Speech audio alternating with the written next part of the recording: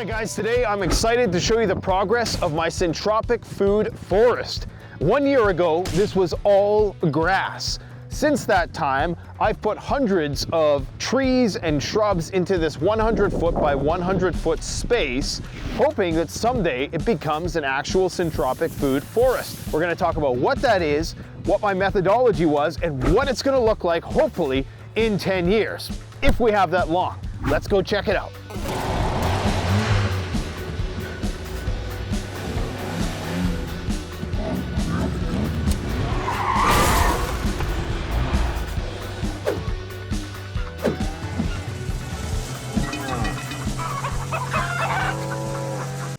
This Syntropic food forest slash orchard is comprised of 100 feet by 100 feet of space. It's approximately 10,000 square feet.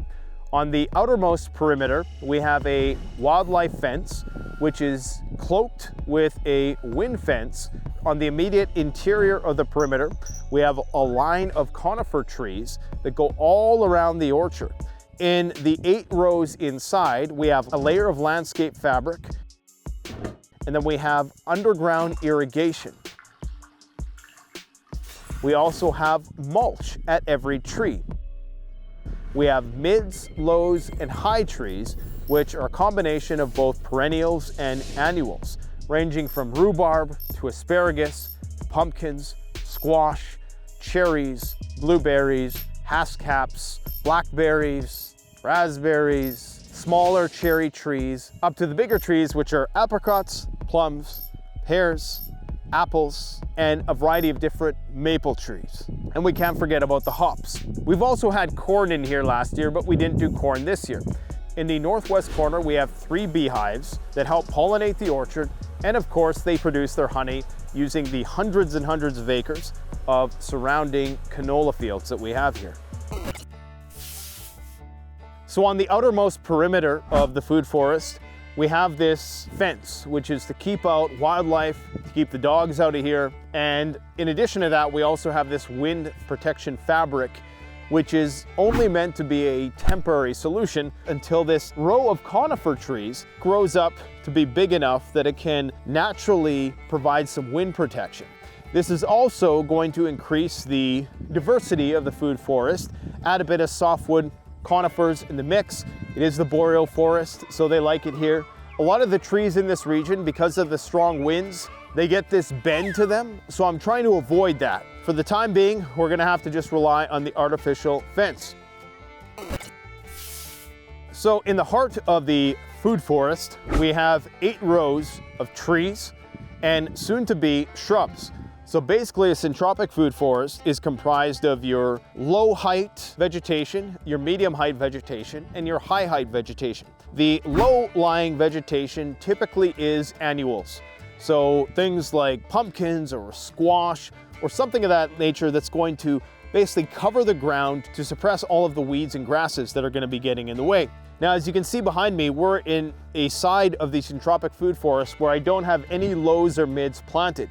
That's because on this side, it's largely maple trees, which are probably going to take a decade, if not longer, in order to mature enough to actually harvest maple syrup from. We have some apple trees peppered in throughout here as well.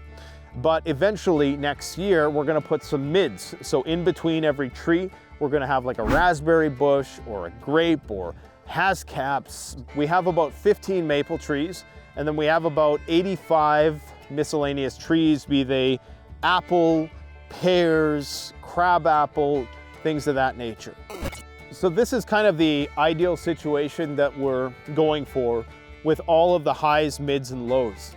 So we have the rhubarb, which is actually a perennial plant, and it's great because it covers a lot of ground, it grows really fast, and suppresses a lot of weeds. We have some grapes that are growing up this cherry tree, which is actually doing quite well. This is its 2nd year, needs a bit of pruning. I don't want to start pruning until things have really got established, but this is the ideal situation. And then we would actually put in some annuals in between these spots. Last year we had squash. Next year, I'm thinking we're gonna have watermelon, we're gonna have cantaloupe in these parts here. Eventually, the grapes, the asparagus, those types of things are going to start to fill in these gaps. So a lot of these plants, because we just planted them, they have transplant shock. So you have to rough up the roots a lot so they don't strangle themselves out over time, so they don't look like much this year. It's important to remember that this is a multi-year process. The amount of growth that we've seen with our mid-tier plants in only 1 year is actually quite extraordinary. The first year is always going to be a write-off for most of the perennials that you plant. You're going to be thinking, is it going to work? Are they going to die? And the next year, these things are just going to take off like a rocket. As long as they have the nutrients and the water and the sunlight and relatively good conditions, those things are going to grow. So this orchard has in-ground irrigation. That means that we're not going to be losing a lot of that moisture, which comes from a well, to evaporation. So a lot of it is going to go directly into the roots of the trees, and the actual irrigation line is offset about 2 feet away from every row to force those plant roots to grow towards that water line. As you can see, we have this landscape fabric over top, and this is also only a temporary solution. Prior to having this landscape fabric, the weeds were just absolutely horrendous. So when I first broke ground for this orchard, I made the mistake of rototilling the entire 100-foot by 100-foot space. The problem with doing that is you expose all the soil and it creates an opportunity for weeds to just take over. Before it was all the grass, and the grass would prevent the weeds from being able to take root. So ideally what you would do is you'd have a non-creeping grass as your base. That'll keep the weeds down, and then you would auger your holes for your trees. You would surround that with mulch, and you would mulch the rows, and so that would allow for your other perennials like your bushes, your shrubs, your raspberries. They're still going to have ways that they can expand and fill out all of this space. Okay, now the width of the rows is something which is likely going to change over time too. For the time being, I wanted to be able to fit a tractor or a quad or some kind of machine in here if I needed to do maintenance. I see a lot of great permacultural designs where everything is kind of randomized. Eventually I want to get to that point, but to build something out like this in a way that is practical, I don't have all day to be out here every single day tending to the orchard. So I need these systems to kind of be self-directing. All right, so there's some rows in the orchard where it's just mids and lows. So we're trying to switch it up a bit. And this is all cherries, raspberries, hascaps, and all of this last year, I was really depressed because I was looking at it and it's like it's not growing. This year, it completely exploded in size. We might actually have to cut them back because as you can see, it's already encroaching onto the space of this cherry bush, which grows a lot slower than the raspberries. Not yielding a whole lot this year, but next year I have no doubt that we're gonna get a lot of fruit off of this. Okay, so this is an example of how fast these mid-tier plants grow. So this is a hops plant, and then we also have raspberry. Last year, I didn't think this plant was gonna survive. It was nothing. And this year, as you can see, it just exploded.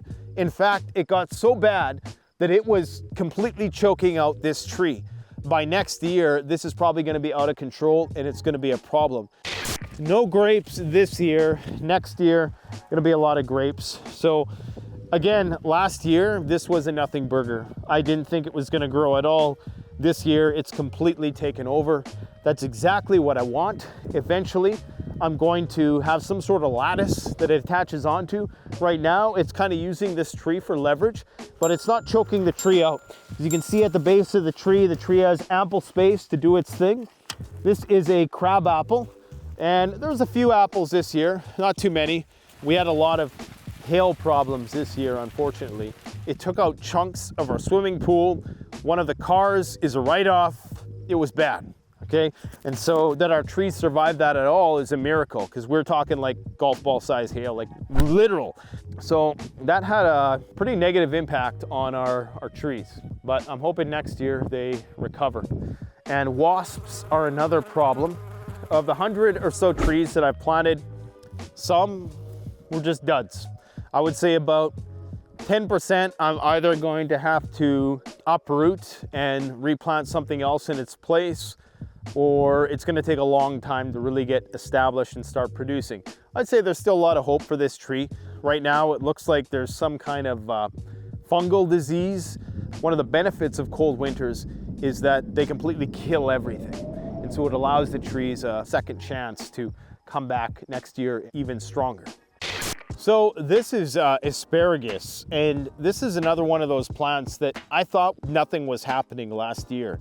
There was one of these stalks that was sticking out of the ground and it had fallen over, and I didn't think that it was going to amount to anything. And as you can see, this year already, it has multiplied into 1, 2, 3, 4, 5, 6, 7, 8, 9 stalks just on this one plant.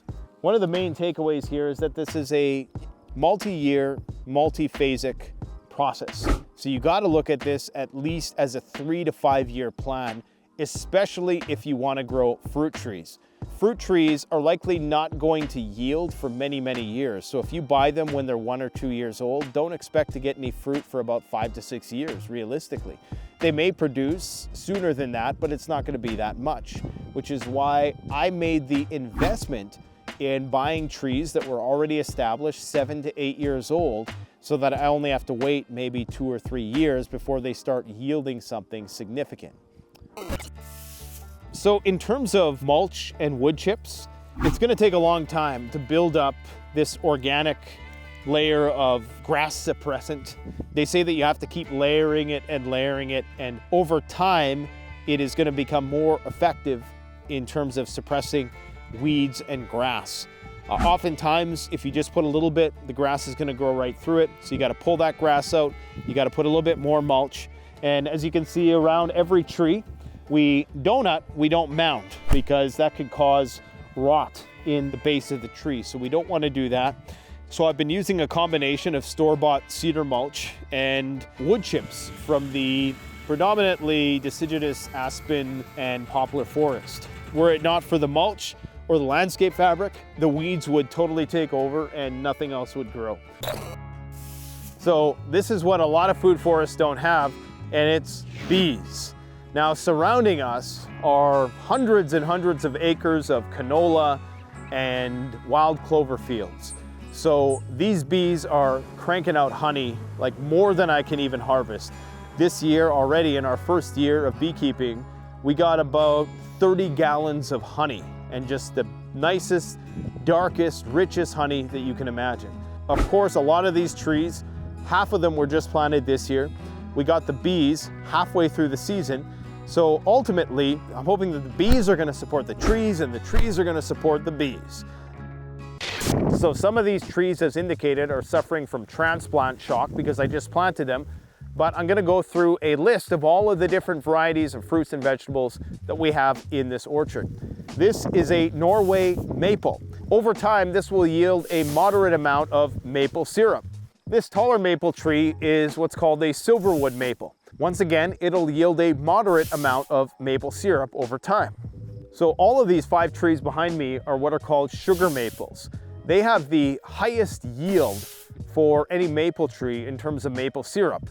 Now, judging by the looks of these trees, that's probably going to take a decade or 2 in order for us to get to this point. But of course, I'm building this food forest out not just for myself, but for future generations. An apple tree, a cherry bush, hops, asparagus, larger sour cherry trees, several different types of grape varieties, rhubarb, and you know my favorite saying, never rub another man's rhubarb. I think this is an apricot tree. As you can see, it's been battered by hail. Other than that, it's actually pretty healthy, nice stalk. Probably about an 8 to 9 year old tree. Next year, I'm hoping that this baby cranks out them cots. Gooseberry, juniper on the periphery, jack pine, different spruce varieties. We have several crabapple trees. 1 or 2 of them is ornamental. I can't remember if this is the one.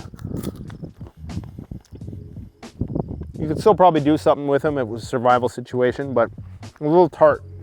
Blackberry, raspberry, pears, very unsightly sorry looking Saskatoon berry bush. Maybe next year, bro. Honeyberry will fit right in with the bees. We're gonna keep experimenting, we're gonna add new things over time, but primarily the hardest of the hard work is done. Our 100 big fruit trees are in the ground.